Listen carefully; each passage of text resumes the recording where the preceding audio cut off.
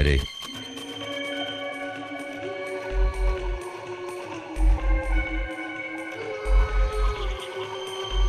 Are you ready? Ready, ready, ready, ready, ready. Hold your nose steady, hold your nose steady, hold your nose steady, and breathe from deep down in your heels. You know what you want, you've known it for a time now, and it isn't that crazy pipe dream in the sky, pipe dream in the sky, pipe dream in the sky. Coming home, that's what you want. Coming home is what you wanted all the while. Back to this place where you've always been free. Back to this place where you can't fail to see everybody and everything is one. Everybody and everything is one. Everybody and everything is one.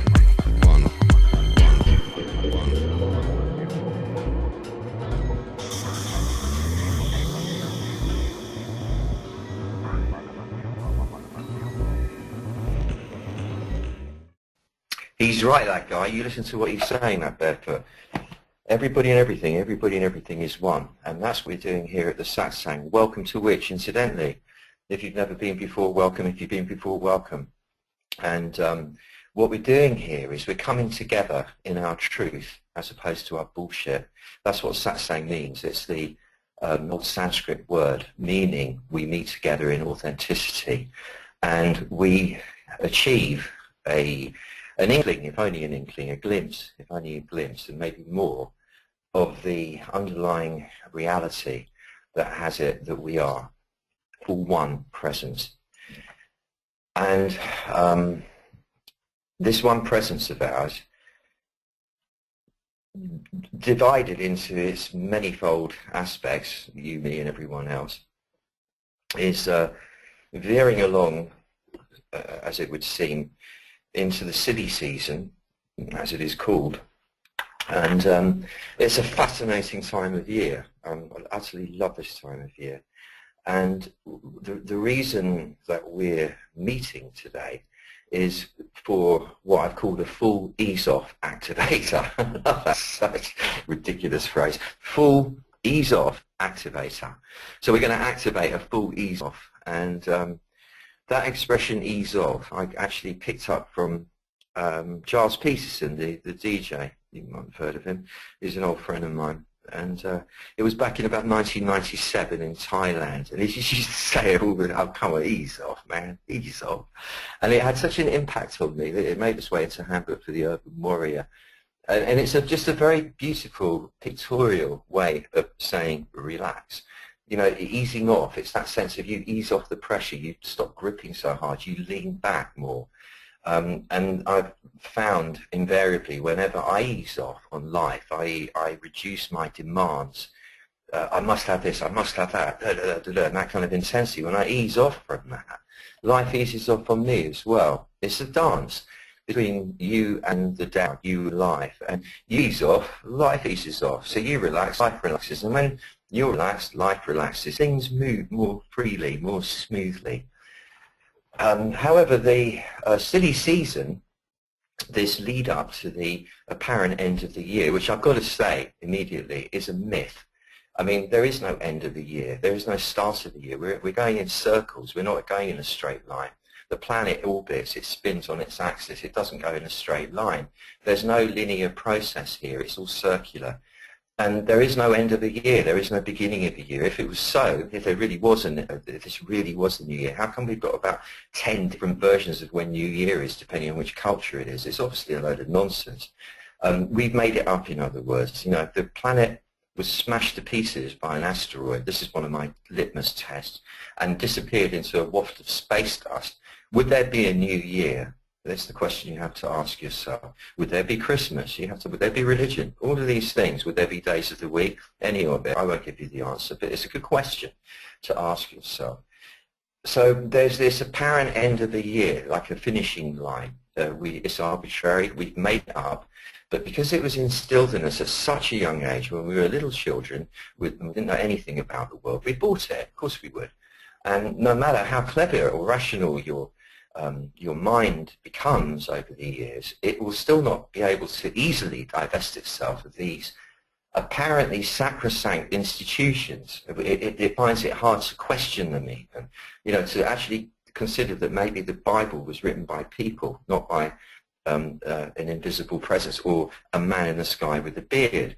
Just incidentally, the reason that people have a belief in a man in the sky with a beard, even if their intellect tells them it's silly, is because that idea is introduced at a very young age, at the age where you're a tiny little toddler on the ground crawling, and your daddy, especially if you go back to biblical days, your dad would have definitely had a beard because they didn't have razors in those days. And he would be very big and up in the sky when you were looking up at him, and he controlled everything for you when one would imagine in the normal ideal situation. And therefore you grow up believing that everything is controlled by a man in the sky. That's where that comes from, I posit, and nowhere more or less profound than that. So one of the things that happens when people are driving home, if you drive on a freeway or a motorway, they call them in England, Autobahn and so on and so forth, when people get close to their home at the end of the day's work and they're driving home, they drive more impatiently, they drive more recklessly, they become impatient. When it's their turn off of the freeway, they go faster, much faster than they really should do, because they feel cocky all of a sudden. They are impatient. They've got to get home now. They own the road now. This is their territory. And that's why the vast majority of accidents do occur very close to people's houses.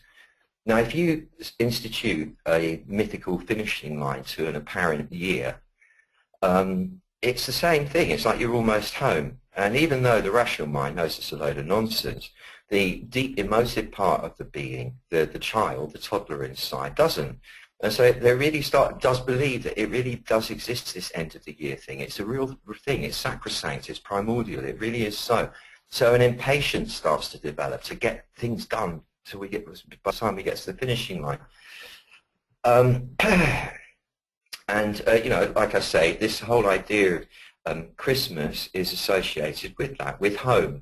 And not just for that reason, of course, because when you're a child, if you did grow up in a fairly traditional family, Christmas was a home thing, and the daddy was home, the mummy was home, and everybody was home, and it was all lit up, and it was all festive, and so on and so forth.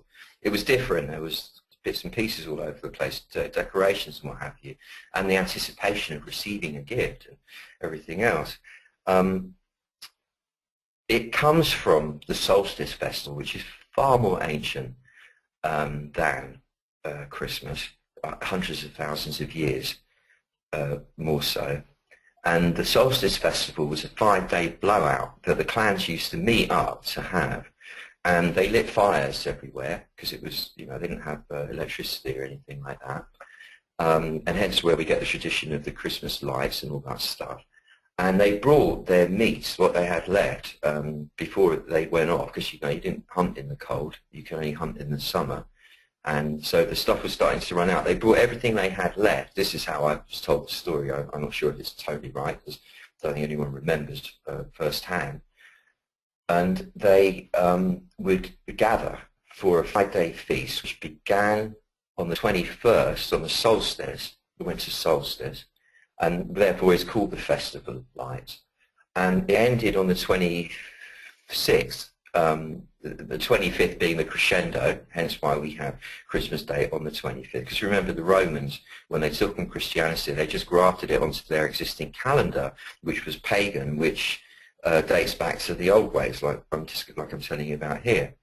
And the reason in England, if they have it in America, they have a thing called Boxing Day on the 26th. I can't remember if they have it in America, probably. The tradition of that was, no, they don't, do they? The tradition of that was the big houses in the country would get the servants to box up the remains of the Christmas feast and distribute them to them, well, give them to them, and then distribute them to the local poor, or the local villages or whatever. And hence boxing, so they boxed it all up. But really, all this was because there was this 5-day solstice festival. Now,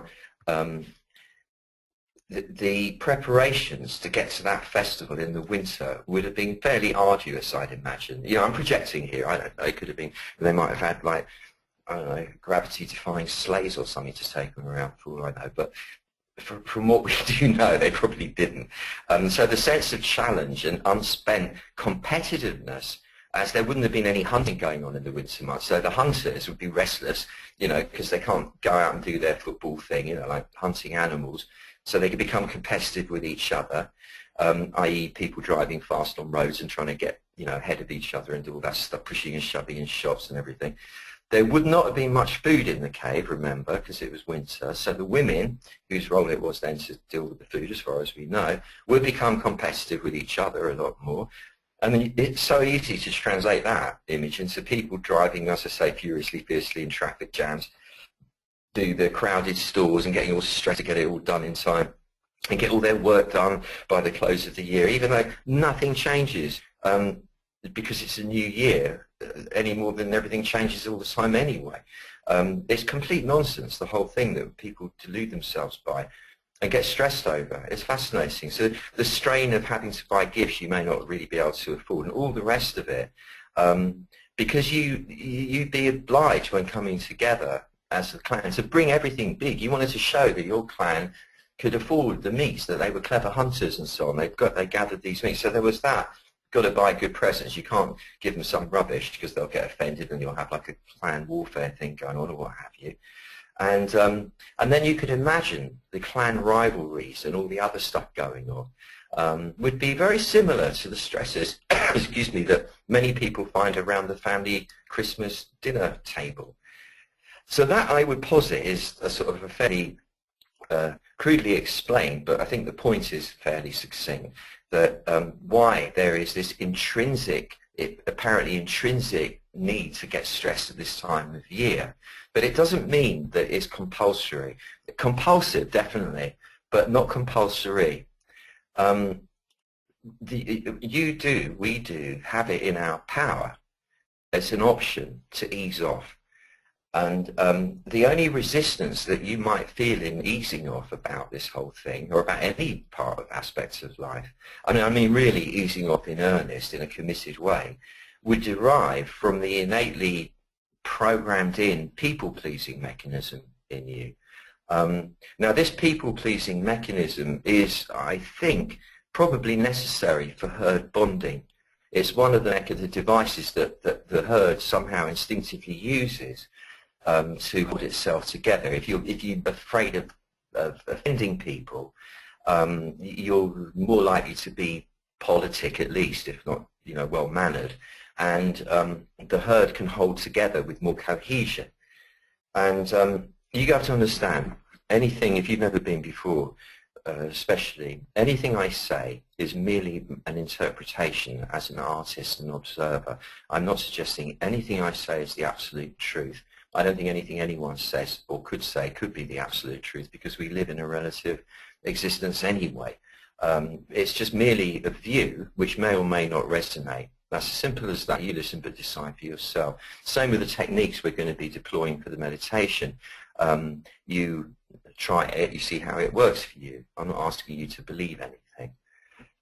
Although belief as a generalized function is crucial. We have to have belief in the same way we have to have hope.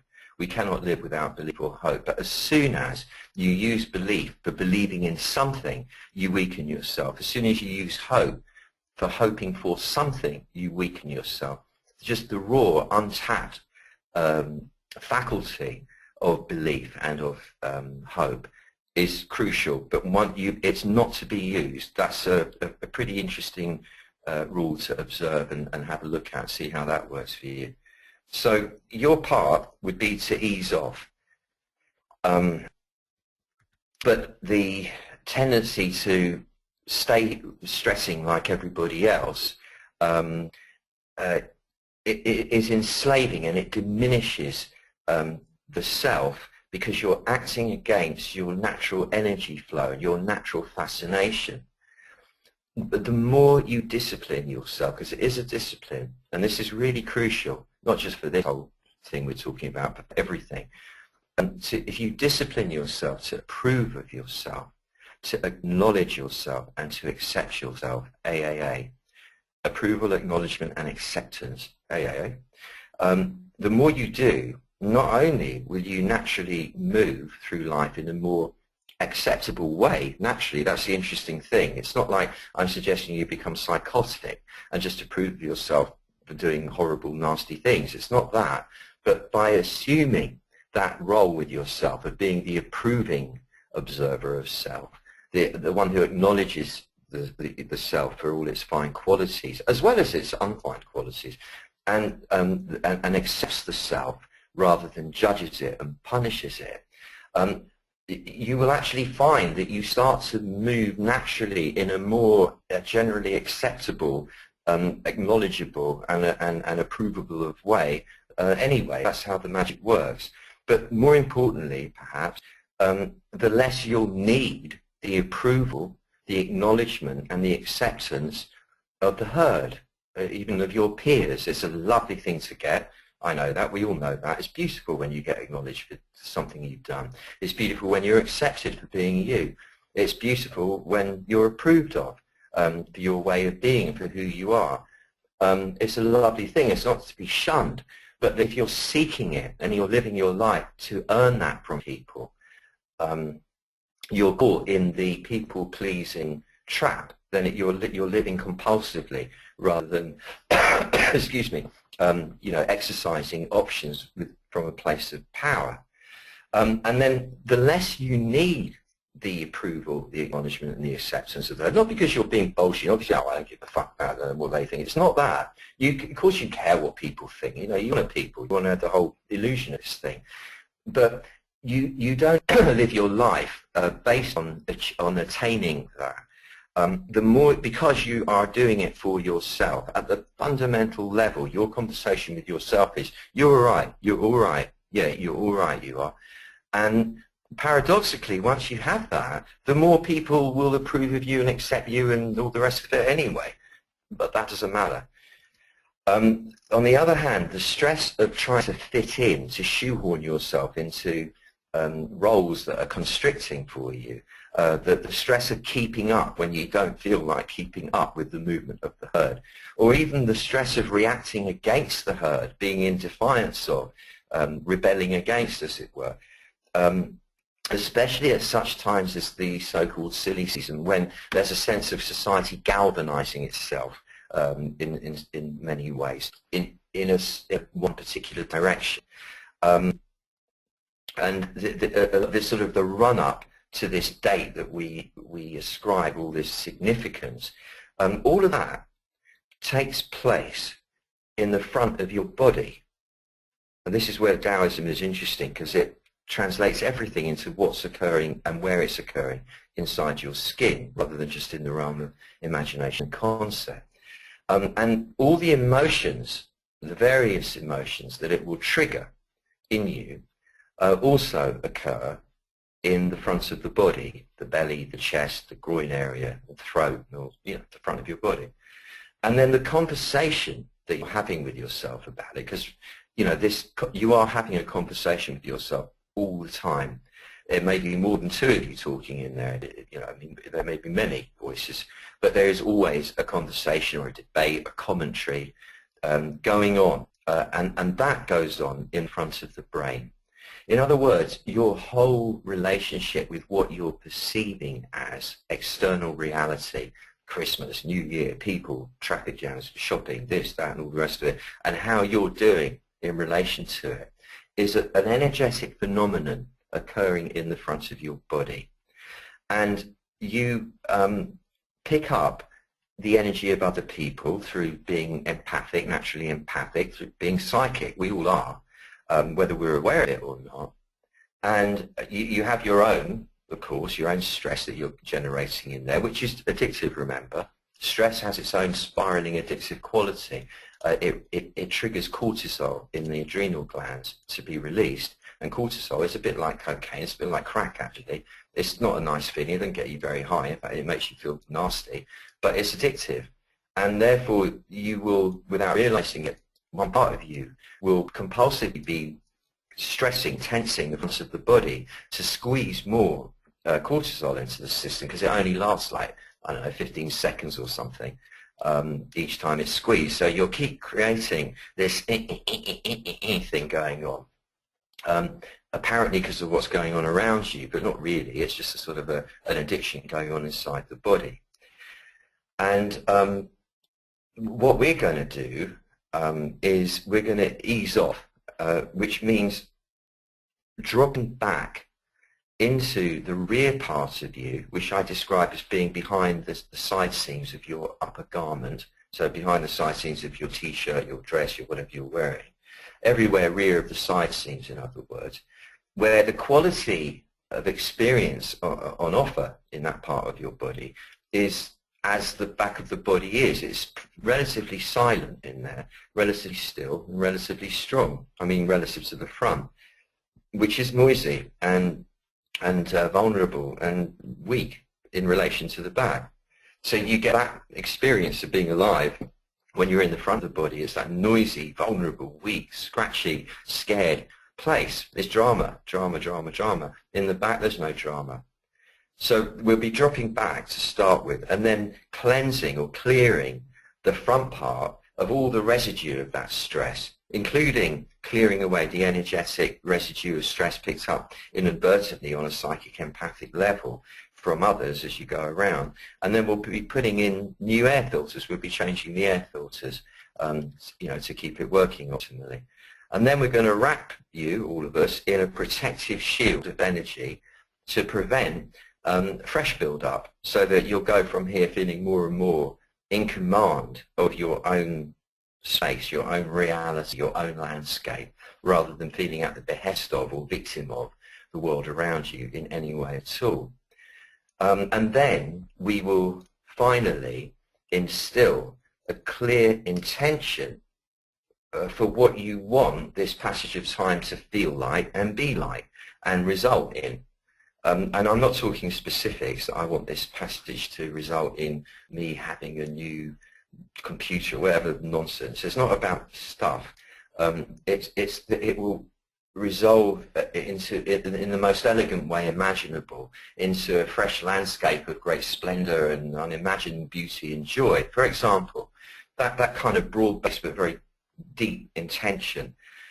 And the device that we're going to be deploying here is one of the most ancient aspects of Taoist magic, the Wu Wei magic, which is the legend is that it dates back to when a very advanced race of aliens arrived on the planet. There's been a few visitations, according to most of the old cultures, but especially the Taoists. They're really into that stuff. Don't make a big deal out of it. They don't go on about it. It's not part of a kind of a litany that you have to believe in. It's not that. It makes no difference if it's complete nonsense. It's just a nice story, if nothing else. But this dates to, allegedly, a time when a very superior race of aliens who'd come from the Pleiades, which is a hell of a long way to come, the Seven Sisters, in the kind of, if you get down to the Mediterranean around about Christmas time and you look at the southern sky around about 8, 9 o'clock in the evening, or maybe a bit later, 10 o'clock, you'll see Sirius over on the left, and then you just look over on the right in like a straight horizontal line, you'll see the Pleiades. You can see how they look, because the myth is they came via the Sirius, probably, like a refuel on the way. And they taught many profound techniques, one of which was the violet ray. And the violet ray is the color of light that induces quantum jumps, miracles we call them. So you're in one state and you're suddenly in a totally different state of being. Your whole life takes on a completely new set of conditions, as if in the blink of an eye. Of course, there were millions of factors coming together to produce that effect that you wouldn't have seen coming incrementally, apparently. And suddenly, kabang, there's a quantum leap. But the violet ray is used for creating a quantum leap effect in your process. And essentially, it's all about healing. It's all about coming back to the wholeness of yourself. So saying, this would be the moment now to divest yourself of all attachment to the world that you're perceiving with your sense organs, and lower your eyelids graciously in an act of surrender to your higher, greater, deeper self. And come aware that there is this sense of noise and stress and excitement and anxiety excuse me, all mixed up in the front of you. excuse me for coughing, I caught a bit of a thing on the plane there. And this stuff in front of you is where you're all shoved up into. You're kind of all in there with it. And exercise the option in the back, because you're not obliged to stay up in the front. And just get the sense, just like when you're on a plane taking off on the runway and you hit the critical speed, you get thrust back in the seat by the G-force. Get a sense of being thrust back into your internal aeroplane seat, so that you're sitting right back proper for the ride. And and get comfy in there. Don't resist it. Just sit back and stay back. Lean into your shoulder blades. Lean into the front of your spine. Lean into your rear pelvic bones and your sacrum. Take advantage of the back of that chair, that internal chair. And at the same time as you lean back, let your weight, the weight of your head, your chest, all the stuff in the upper part of you, drop down where it wants to go, down below the level of your navel, to nestle comfortably yet sensually in your pelvic bowl, i.e. what is formed by the pelvic bones and the sacrum, the pelvic floor, and so on. That bowl of the pelvis, it's like all your weight is sitting in there. And it's not dead weight, it's a live weight. And it's seeping into your legs, going through your feet, into the floor. So you feel really rooted and anchored down below. The upper body feels kind of light and airy. And accentuating this lightness and airiness, imagine someone is standing behind you and they've got hands either side of your head, and they're lifting your head up to pull the back of your neck longer. Like the chin drops down slightly, and that elongates your neck. So they're pulling your head upwards away from the floor to give your spine more length. So that gives you your dignity. Then you can drop your shoulders and broaden them out, raise the breastbone just a little bit. And with all that going on, let your hips spread. We tend to hold the hips in all the time. Let that go for a moment. Just let your sit bones slide apart from each other so you feel like you've got a good firm base beneath you. Then become aware of the breathing. This is like the most direct lever you have. It's a trans-dimensional lever. You can flip yourself from one dimension to another with your breathing, simply by desisting from holding your breath and allowing your breath to flow slowly and freely and smoothly and seamlessly and like silk, being real from a cocoon. Breathing in slowly and breathing out slowly, silently, softly, like you're dealing with some priceless elixir that will keep you alive, something that's so amazingly magical that it actually kept you alive. And then, in fact, we realize that's exactly what it is. So value the breathing, value the mechanism of breath, because when that stops, you're not here anymore. And that last one that you're going to take at some point, and may be in a very long time from now, that will be it. Then if you didn't appreciate that breathing before then, you suddenly go, damn it. You know, so enjoy the breathing, love the breathing, keeps you alive. But equally as important, by softening it and smoothing it out, it softens your mind, it smooths out your mind. So now, slowly breathing, you can feel your mind starting to soften, becoming a bit more like velvet. And while this is happening, pay some attention to all the flesh of your body, all the muscles and sinews, the soft tissue. And command the soft tissue of your body to relax, soften completely. Be what it's meant to be soft. You could start with one major trigger point. It could be your forehead, if you like, and concentrate on letting your forehead out and relaxing. And you'll feel immediately that that translates right through the body, almost instantaneously. The entire body lets go. You can take the back of your neck and let the back of your neck go completely. And again, you'll notice the whole body lets go. Or you could go for the pelvic floor muscles just behind the genitals, which are generally held in a state of slight tension. You could let them go completely, and you'll notice the same thing happens. The whole body relaxes. Now, you're in your back, remember, you're sitting back far inside, and way out in front of you, where the breastbone is, imagine that there's a secret opening, and that they actually serve as a pair of sliding doors, each opening to the side, so that you've got a beautiful open chest. You could picture the image of Hanuman, the Hindu monkey god, if you like, who is depicted sometimes as ripping his own chest apart to reveal this beautiful heart in there with Ram, Ram, Ram, Ram, Ram, Ram, Ram written on it, which is one of their names for the Tao. In other words, he's signing that he's here to serve. with an open heart, loving, letting the love flow. Now, you're not in there. You're behind it. You're behind it. You're just opening the door. And then this cluster of jewels, this is just totally pictorial, smelling just beautiful roses and frangipani and all the gorgeous scents, and shining with a beautiful rose glow, a rose gold glow. And it's warm and luscious. This is you. This is your love. This is the beautiful sweetness of your soul. It's now free to radiate as you breathe out. You're radiating the beauty of your soul. For everyone here with us, there's this many, I don't know, hundreds of us sitting around the world in every time zone here. Beautiful angels, us all. And you're sharing now. You're sharing your beautiful love, your joy, your courage, all that is noble about the human spirit. You are now sharing from your soul through an open heart. And you're in the back. You're not forcing it. You're not doing it to be a people pleaser. It's just your gift. It's your gift, your true gift, what you come here to do. And you're letting it radiate freely to everyone in the circle. Picture is like archangels standing in the ether around the planet in a different dimension, sort of out in space, as it were, maybe holding hands. And we're like the guardians of material place now. And you're bathing all your fellow guardians in this beautiful essence of love. And opening yourself, being willing to receive the same coming back from everyone in the circle to fill you and feed you as well. So it's a mutual sharing. And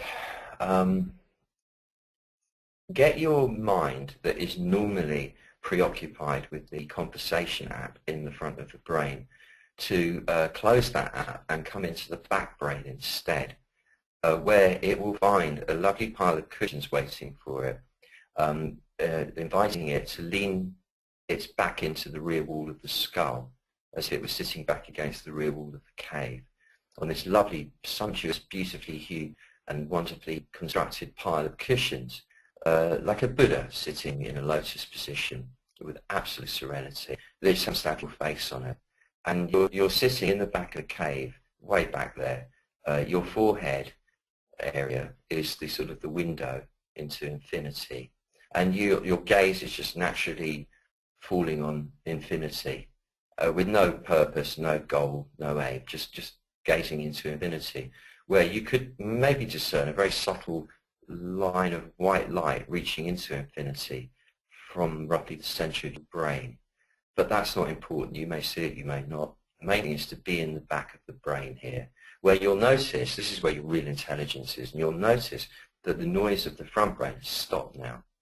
You'll notice that with you in the back of your body, beneath all of that, the usual fear levels, the stress levels that have been occurring in the front of the body aren't occurring that same way. So now we're ready. You prepped yourself. We're all prepped here, ready for the series bit to come in now. I now visualize that in the sky in front of you, that you're seeing through your forehead, there is a holy being, and this being is incredibly radiant. It's evidently a being that is from a far superior, should we say, far more advanced species, and it's comprised of what looks like violet light. Its face is so compassionate, so loving, and so understanding, and so approving, and so accepting of you as she smiles at you, that it's almost overwhelming for you. But because you're in the back of yourself, you're not taking it personally. You understand that you're just playing part of the eternal cosmic drama here, so you're just playing your role, doing your best.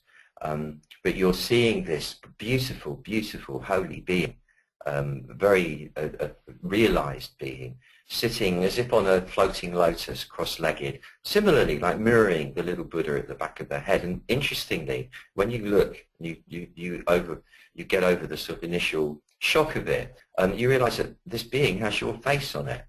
But it's not your face like you tend to see your face. It's your face as if you've had some incredible thing done to you where all your lines and worries and stresses and stuff have been smoothed away, that you have come to a place of absolute self-acceptance, self-approval, self-acknowledgement. And the holy being that has your face on is definitely looking at you. It's definitely talking to you. And it's come here to help you with this quantum jump, not just about easing off for Christmas. Ease off isn't just for Christmas, it's forever, and you're going to do so more and more. You can see that in the look in the holy being's face. This is something very profound and momentous about to occur. First of all, see that the holy being is coming closer and getting larger and closer and larger. It's really quite huge in front of you, and you can actually smell the holy being with incredible fragrance, not like an earthly one though. It's a really unusual sensation, a sort of an ethereal fragrance, and the energy in the air is somehow shimmering, and it's gone into a different area of hot cold. It's hard to know what it is. It's something very unusual. What you can say is that there's a huge amount of chi, a lot of energy, more than you perhaps ever experienced around you before. And the radiant being is so close that it can actually put its hands out and touch you. And that's what it's doing. It's putting its hands on your upper chest, one either side, on the pectoral muscles. And as soon as it does that, you feel this infusion of a transmission coming from the being into you of violet light, which is really almost overwhelming, other than the fact that it's quite subtle. So it doesn't hurt. It feels really lovely as it passes through. And it's seeming to be confined solely to everywhere front of the side seams. And what it's doing is this light is surging down through the front of your body and out through your pelvic floor and out through the soles of your feet and out through your fingertips and palms. And as it passes through the front of your body, it is cleansing, clearing all the residue of psychic debris that you've inadvertently picked up from your fellows, as well as, and more crucially, all the self-inflicted self-restriction, self-punishment, and pain and suffering, unnecessary suffering that you've subjected yourself to till now. A lot of it, without even knowing you were doing it, it's cleansing you, and you can feel this energy moving through. It's not just like any old energy. This violet ray is very, very, very, very powerful. Nothing can resist it. And it is really going through every cell, every molecule, every subatomic particle of the front of your body and cleansing you entirely. Now, you don't have to believe this. Don't believe it. You don't have to subscribe to it. You don't have to have faith in it. You don't have to be worried if it's going to work or if you're doing it right. Just see it like you can see a pink elephant with green spots without believing it as a reality. Just feel this violet ray moving through the front of your body and emptying the front of your body of all the stuff that is not required there anymore. It even wipes the code of disease. It wipes the code of stress altogether. It wipes the code of all the things that you believed in, thinking they were sacrosanct, like ends of years, Christmases, and all the other stuff that aren't real. So all the things you bought, all the descriptions you've subscribed to of what reality is, all the stories, it's wiping the code of all that. Doesn't mean you can't reconstruct them if you want to. You can have your Father Christmas back after the session, no problem at all. But it will no longer be compulsive. There's freedom now. There's freedom to choose your myth rather than be chosen by the myth. That's what it's cleansing you of. It's rather radical.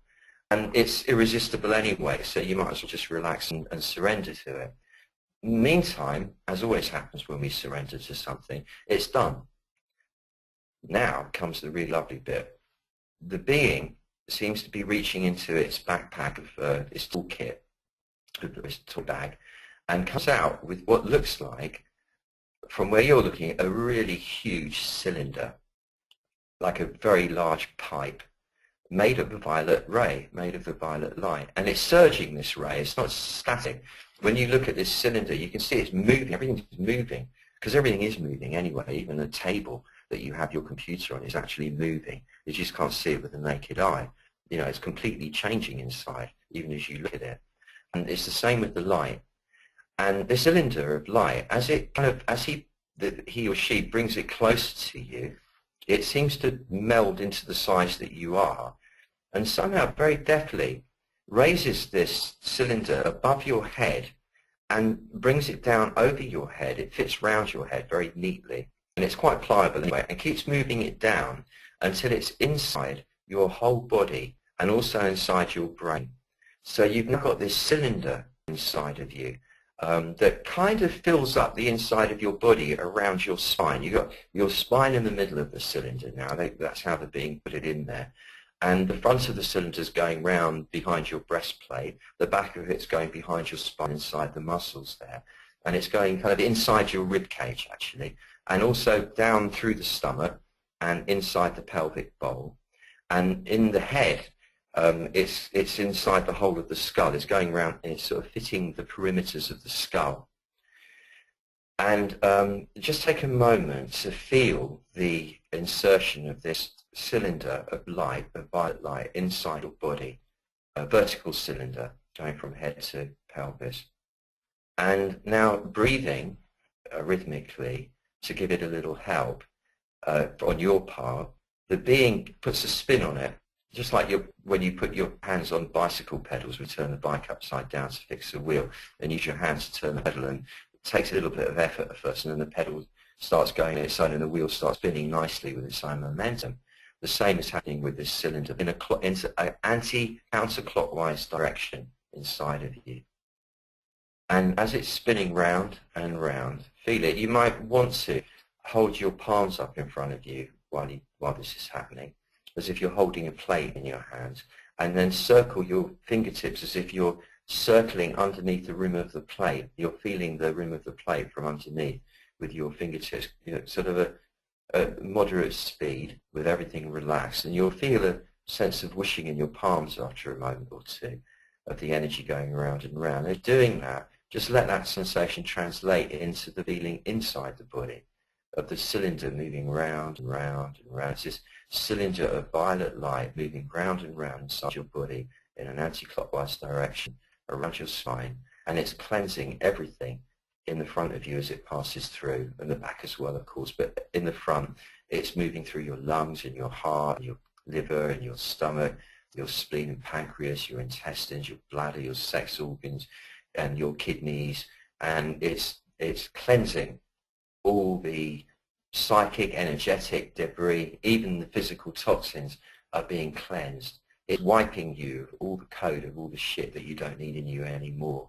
And along with that, any tendencies to lose your ground in deference to others, or not even deference, but actually in a way of prostituting yourself to others, all that tendency to please others when it's not really what you're feeling. Doesn't mean not being kind, it just means not faking. None of that fake stuff anymore. It's cleansing you of even the code of wanting to do that. And it's lovely because you're being liberated by this. So go with it, go with it, go with it as it moves round and round and round inside of you. And then stop your hands if you're using your hands. Just let the cylinder spin on its own now, as it will, until it slows down bit by bit, bit by bit, bit by bit. The radiant being with your beautiful face is smiling at you really encouragingly and supportively to reassure you it's all right, it's okay. And it slows down to a stop now, and then the being puts its hands on the top of the cylinder and gives it a spin the other way.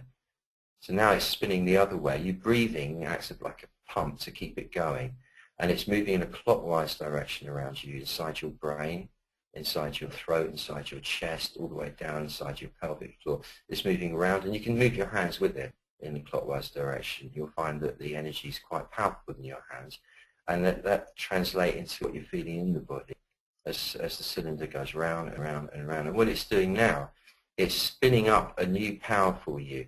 It's spinning up a protective force, a powerful motivational force, a huge amount of confidence and the groundedness to be able to claim your experience as your experience and be the leader in any group, to be the, not in a bullshit way, but like leading from behind, but be the leading presence, so that rather than you have to prostitute yourself to others, you're able to hold the ground for everybody to be comfortable in your presence and be authentic and be real around you, so that you and they get real value out of whatever gathering is happening. If it's jostling each other for a space to get something in a store, or if it's sitting around a family Christmas dinner table or a cocktail, but whatever it is, you have your space, you claim the stage, and you're now the one graciously accommodating the other actors and allowing them, enabling them to relax into it. And allowing that cylinder to keep spinning in you. You don't have to stop it, actually. You can just let it go on its own now, and it will just probably keep going for a long, long time. Reactivate it any time you like just by bringing your mind to it. In this state, create intention. And if you're stuck for an intention to create, see this. Everything unfolding from here on in, right through the passage of time leading right up to the solstice and beyond that, through next month and the month after and the month after and so on and so on, growing all the while, unfolding with supreme elegance, elegance that's beyond your ability to contrive, that only the Tao itself can create. And for, perhaps should we say, the power of the solstice itself, because that is astrologically and astronomically, more importantly, an incredibly important moment, a pivot point. Let that solstice power, as it comes and after it passes, open up a new phase of exponentially expanded self-expression, freedom of expression, freedom of movement, exponentially expanded level of contribution to your society, the giving of yourself and of your goods, your work, in a way that's never happened before, and of influence, of the ability to reach people with your beauty more easily and more of them, and therefore to be rewarded in every possible way imaginable by your fellows, by life through your fellows, so that rather than the herd becoming an obstacle, rather than the herd being something to have to fit in with or react against, you're with your brethren, your brothers and sisters of the human family, being fully fed to your heart's content and feeding them likewise.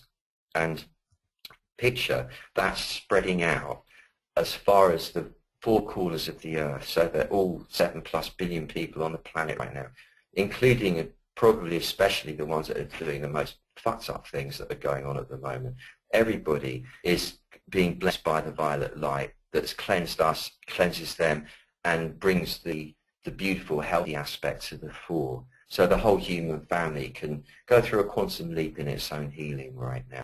Something like that anyway. Don't want to put ideas in your mind. And at this point, this would be the perfect moment to be aware that you are a being, a mysterious, miraculous presence, momentarily, relatively speaking, in a vehicle that we think of as the human body, in this remarkable display of illusionism on the part of the Tao, this beautiful show that we're including in all of us to co-create. And as such, you have the power to interact, such as make comments, ask questions, which you can do by either writing them in the chat box thing or raising your hand and asking the questions. But Sue, with her inimitable eloquence and elegance, will actually explain exactly how to do that. In case I forget at the end to say, next week, the third session of the season satsang sequence, I couldn't quite say it myself, is a continuum circuit connection activator. I don't know what mood I was on that day, but you know, the continuum is this sense that we are all part of this one huge presence, and there's a circuit, like an electric circuit, that we connect and activate that, and we are then in this amazing like sea of being. And that's what next week is going to be about. Very powerful, so remember to come, in case I forget to say that at the end. And now, I hand you over to the lovely, lovely Sue. Hello. I am going to dive straight in with the two questions we already have in. And the first one's from Janet. As a vegetarian, I find the whole festive seasonal food discussion not to my taste. How can I discourage conversations with me about this with grace and good feeling for both parties? Hello, Janet. It's a good question, that. I mean, this, because it's not just for that, is this how we all tend to have preferences for this over that, and we kind of set, we imagine an upcoming event, we set ourselves up for having a struggle. And I would imagine that the way to deal with that would be to create the intention that, albeit that you've got stuff about eating and what you're going to eat and all the rest of it, that you'll naturally not make a big deal out of that. You'll not use that as reason for being unhappy, for having a moment of not valuing them for their own existence. So, in fact, you'll enjoy whatever friction occurs within you. You're not trying to quell it, but you'll actually enjoy it. So if you are creating friction for yourself about food at the time, rather than find that source of irritation, you'll find that a source of amusement. So I think that might be a clever way of going about it. So rather than trying to change it, you just allow it to be there, but rather than it be irritating, you'll make the intention, the choice, that it will be something that will give you amusement and entertainment and add richness to your experience rather than detract from it. Mark is saying, not directly related to the satsang, but everything is related, isn't it? I have a week's staycation in 2 weeks' time and was planning to complete the invincibility training, or would it be better to do School for Warriors 1? I have the CD videos. Well, I tell you, it's interesting you say that. I would suggest, for 2 reasons, School for Warriors 1, only because of this. I've just come back from Italy, where I was with John Parkin, where we've produced, it's got to still be put together to be released in March for the March equinox, the invincibility training as an online e-retreat to be done on the weekend, where we're going to get a lot of people doing it at the same time. And we used the book and we adapted it. We've done a lot of work, because I wrote it as that. It was meant to be that, but it never really worked as a book format, I felt. So to be honest, I just needed some money, so I just sold the book idea to HarperCollins and wrote the book, and that was the last thing I did with them. But I just needed the money. But the book itself, the thing I knew wasn't finished with that, because they didn't do anything with it, because we fell out with each other over it. But I needed to use it, and it's really brilliant. I know, it really, really, really brilliant. But I'd say wait till that comes out, because it is so good. It's going to be absolutely stonking. Meantime, equally so, School for Warriors is so powerful, because for me, I mean, I'll tell you the story some other time, but I needed it. I got to a point when I was messing about with all the mainstream media a lot, back in about 2003, 2004, where I got so busy with the doing of all that nonsense, the noise, the making a noise, going here, going there, doing this, doing that, going to the parties, going to do the talks, doing this, doing that, all of it, TV and everything else, that I actually completely lost the anchor to what I was doing it for. I'd stopped really having a clear fix on the practice. I wasn't doing it. I was kind of faking it. I mean, I was doing practice, but I wasn't really in it. I was thinking about stuff instead. I wasn't really focused. And it shocked me when I realized it. I will tell the story properly sometime. It's really interesting. It shocked me that I'd lost my core. And I felt that if there was a choice between having all that worldly success or having my proper true core back, I'd have to let go of the worldly stuff. And actually did make a decision to do that. That was the kind of all right, that's what we're going to have to do if that's what it's going to take, because I've got to get that back. And then it was like, well, okay, so you studied all these years to get all this stuff. And it's quite difficult, the Taoist system, if you don't have someone putting it in order for you. It was never taught in order. It was always taught as a series of deep riddles, because they didn't really want anyone to get it at that point, unless you really worked for it. It wasn't something you should just be, given away the old-fashioned way. And my teachers were brilliant, but none of them had done the putting it in order thing. So I had to do it, not to teach it, but for me, so that I could get it, really. And that's what School for Warriors 1 actually, more than the other, because the other stuff's that's when you've got the foundation, then you let fly with it. But the School for Warriors 1 is the basic roots, the nuts of it that I had to get back for myself to save me, really. I really mean that, to save my soul, or I would have just been gone, a total media whore, and that would have been that. And that's why School for Warriors is good. I mean, there's so much soul in it, because I really meant it. And then it was so fantastic getting that back for me. I just had to teach it like that. And that's why the online thing, because you just can't do that many live classes a week to get to everybody. So I would say definitely do that School for Warriors 1. Thank you for bringing it up. Okay, Malkit says, Stephen, what a beautiful satsang as always. You are a powerful facilitator, bringing the beauty and ease that we all need. I love Malkit. Well, what a beautiful soul you are to always feed back whenever you're here with such beautiful acknowledgement. And you are just gorgeous. Thank you. Okay, now Sarah, here's one I can compare with this weekend. Neighbours, I want to be gracious, but my next door neighbours don't have any respect for me, us. Building work for a year, noise, light pollution from an ugly extension, hole in our wall and other damage. I can't do anything about all that, and it's partly my fault for letting them do it.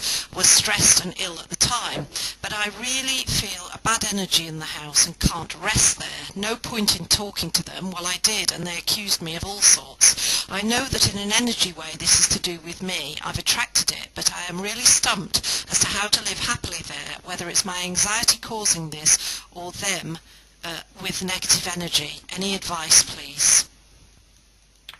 Yeah, well, look, first of all, it's not going to go on forever. There's going to be, these two shall pass. They will get the building works done eventually, and there will be silence again, or certainly a lot more silence.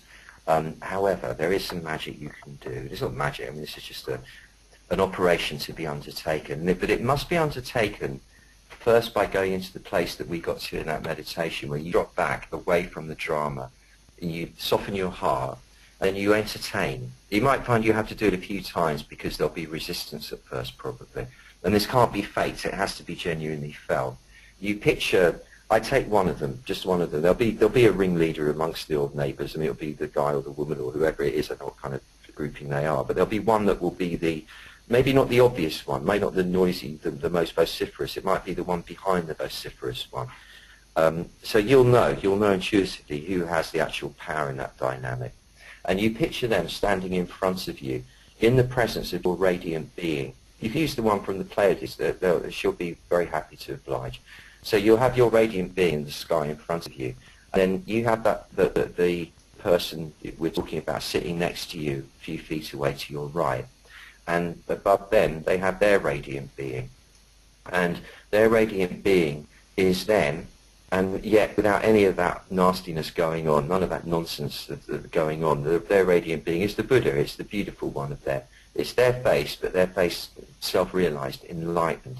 You have to stretch yourself to see that. Then you have to see their enlightened, their radiant being, take the hand of your radiant being, and that your two radiant beings holding hands as a gesture of absolute unity and peace between the two of them. And notice now that their radiant being smiles at them, and your radiant being smiles at you. And in the smile from their radiant being, you can feel them to your right softening, and they reach their hand out to take yours, and you take it, and you feel that moment of pure brother, sister, or brother, sister, sister, whatever it is, bonding, of total forgiveness, of the healing, of the peacemaking. And you feel it, that there's your fellow family member. Peace has been made.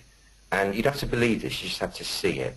And then the two radiant beings smile at both of you, kind of bow and fade into, do a dissolve. And the person on your right, who you're holding hands with, does a dissolve. And you come back into yourself, and you just totally say, I accept it. That's all you have to do, is say, I accept it, and then let it go. That's it. Now, if you can do that a few times, take 2, 3, 4 goes, I don't know, until you actually you feel it just for a moment, you'll find that within, I can't say, very short space of time, opportunity will spontaneously arise for a conversation of some kind. But it won't be like you expect. They'll come to you with something nice, like an offering of peace or something. There'll be an opening, and then you'll be able to talk openly and honestly, rather than defensively or angrily or resentfully. You'll be able to talk as two fellows, and they'll hear your point. You'll be able to get them to empathise. And once they do, it will change completely. This is my prediction. I'd be very delighted if you let me know what happens. Or if you need any help doing that, let me know, and I'll give you a pointer. Okay, we've got one anonymous question and then a last question from Jen, which is a sort of double last question. So we'll start with this anonymous one. Hi Steph, that really was an amazing energy, and what happened now was I felt my soul friend was inside my body, that we were one soul again. My soul friend is so distracted by being physically unable to leave a terribly trying place at the moment that is filled with violent egos, all fighting for dominance. The purple cylinder went into both of us, and I pray that the healing will powerfully help him to calm from the violence that he's pulled towards. Do you have any further advice that I can send him? I send him chi very often and he feels it, but he really feels more right now. Thank you so much. Love to all. Yeah, maybe you could use, hello dear Anonymous, maybe you could use, I totally get what you're saying, but I think I do. Maybe you could use the technique that I just suggested. You could see him sitting next to you, and you each have your radiant beings, your holy being, with your faces on, smile down at the two of you. And rather than your radiant being making the move, his radiant being turns to your radiant being and acknowledges, acquiesces that the local version is in trouble, and takes the care from your radiant being that's intended, this will to protect and smooth out and heal, and then transmits it with the most beautiful smile to your friend, who feels it.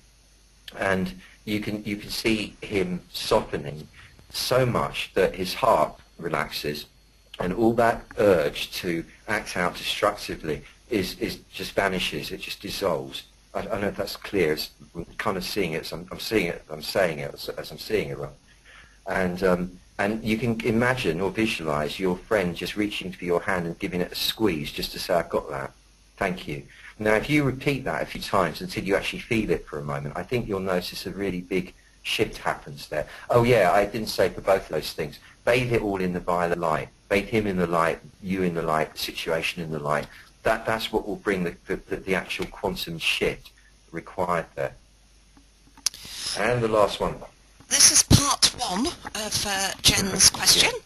Hi Doc, the rotating energy, is this the same as the School for Warriors 1, turning clockwise and anti-clockwise to program and deprogram the energy? And will doing more of that help accelerate this process? If I'm not mistaken, Jen, I think it's School for Warriors 2, isn't it, that's happening in? But either way, yes, it's the same. It's the same, and yes, it will. It will. I mean, it's invaluable, that School Warriors material, for what we're doing here. It's the bedrock of all of this. Taken into a precise training schedule, so that rather than it just receiving a guided meditation, you can actually guide yourself through it. So definitely do that, yes. Part two of the question. When we were doing that section, the energy was spinning up into what I would associate with the yogic energy transmission of Shaktipat. Shakti, yeah. Does that energy relate to Taoist energy transmission practice? Well, yes, of course. I mean, the Vedic systems are pretty much the same as the Taoist systems, but described differently, because it's a lot more of a colourful culture in many ways, and more given to, it's more pictorial, should we say, and they're very, very similar. So that this would actually be Shakti energy we're talking about. We were using it in a way that they don't use it in yoga. The Taoist thing is a lot more about circles, in the same way as when shooting the Kundalini up the Sushumna, the middle column, the spinal cord, it goes up through the chakras to the top of the head and to the crown and meets with the universal energy. With the Taoist practice, it's the same thing, but you're shooting it up the rear of the spine, over the crown, and then back down the front again. It's circular. They circle it the whole time. They keep going between heaven and earth, between heaven and earth, not just from earth up to heaven. That's the difference between them. And I think but they're not mutually exclusive. They work beautifully with each other, the two systems. None of this stuff would conflict with that. To the contrary, it would enhance it. But yes, that would be Shakti. I was also intending that for everybody, so you understand I'm doing this. I'm not just talking, I'm totally in it. I've got my eyes closed and I'm doing it, and my intention is to fill all of you here with that power that I'm talking about. So I'm kind of urging it your way anyway, and it's a bloody privilege to do so. Really, it's a gorgeous honour and deep pleasure for me, as I trust it's for you a pleasure. And thank you, everybody, so much for being here. Bless you all. It's my family. It's just so lovely to connect with you like this. And I'll see you next week. And that is it. And that is all. And let the Flying Flux Master featuring Barefoot Doctor play us out.